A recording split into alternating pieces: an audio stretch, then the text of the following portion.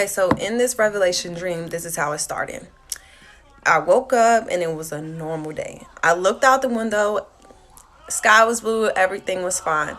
Then I looked down the hill, which is at the bottom of my old neighborhood. There was a cul-de-sac, right? And when I looked, it was like immediately something hit the ground and made this huge abyss. And when it did, all this smoke had came out of it and literally turned the sky red and black, okay? So when I seen this, I had got away from the window and I had went and looked in the mirror, and it was just me, right?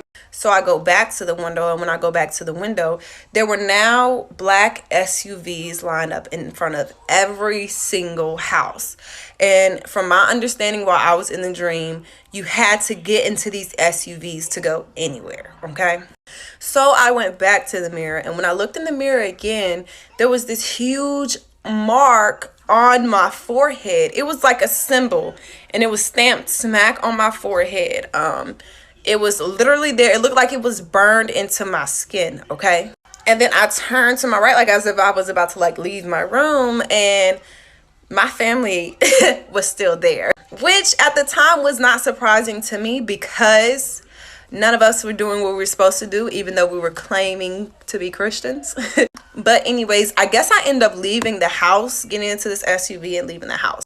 And I end up going to some like financial assistance building. And when I tell you, when I stepped out that car, when I tell you that it was pure chaos, like the sky was red and black.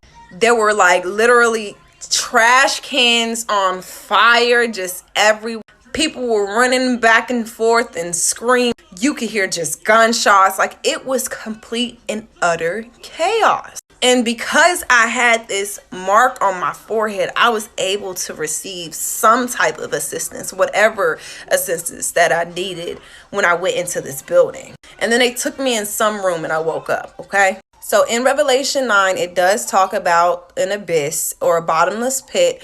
And it does explain how when a star fell from heaven, it hit the ground and this bottomless pit was created. Smoke came up and it turned the sky red and black. So the reason why I know the mark that was on my forehead is not the seal of God and it actually was the mark of the beast is because I know more now about what is going to happen to Christians than I knew before.